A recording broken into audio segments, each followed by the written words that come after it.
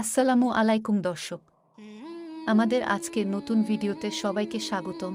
আমার ফ্যামিলির মতো কাঁঠাল যাদের অপছন্দ তারা এই কাঁঠাল দিয়ে আমার মতো করে যদি বড়া পিঠা বানিয়ে খান তবে দেখবেন সবাই হুড মুড়িয়ে খেয়ে নেবে। তাহলে চলুন দেরি না করে পিঠার প্রসেসে চলে যাই। কাঁঠাল থেকে কাঁঠালের কোষ বের করে আমি ২০ থেকে ২৫টার মতো কোষ নিয়ে নিয়েছি। কোষগুলো বেশ রসালো এবং জুসি। একটা ব্লেন্ডারে যা নিয়ে নিলাম।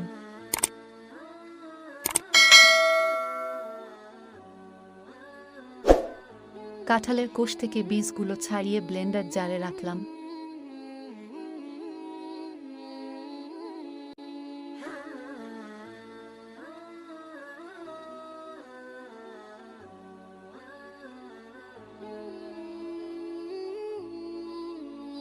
সবগুলো বীজ ছাড়িয়ে নিয়ে কাঁঠালগুলো ব্লেন্ড করে নিলাম।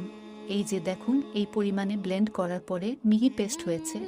একটা বড় মিক্সিং বলে ১ কাপ চালের গুঁড়া, ১ কাপ ময়দা, ১ কাপ কোরানো নারকেল এবং হাফ চা চামচ লবণ নিয়ে নিলাম। শুকনো অবস্থায় এগুলোকে একটু মিক্সড করে নিলাম।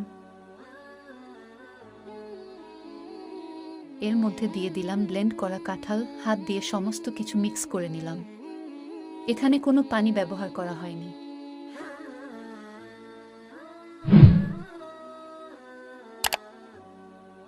খামিরটা একটু নরম মনে হচ্ছে, তাই ১ কাপ ময়দা রেখে দিয়েছি আর হাফ কাপ চিনিও মেজারমেন্ট করে রেখেছি।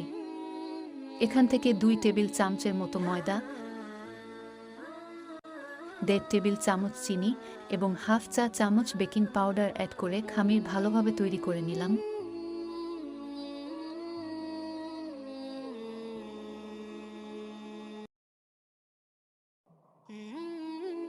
পিঠা ভাজার জন্য আমি ছোট্ট একটা খাড়া টাইপের কড়াই নিয়ে নিলাম, কারণ আমার পিঠার পরিমাণ কম, তাই এখানে তেলও কম প্রয়োজন হবে।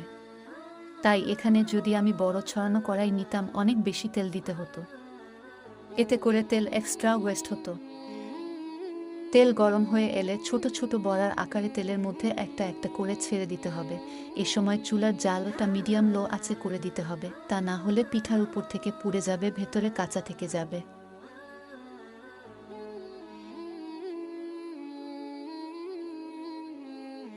২ মিনিট পরে পিঠাগুলো উল্টে দিলাম।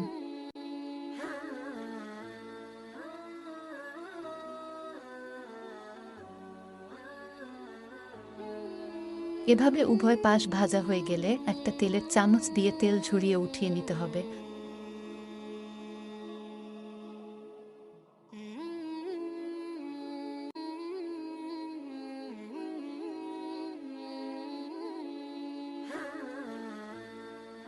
সবগুলো পিঠা এভাবেই ভেজে নেব।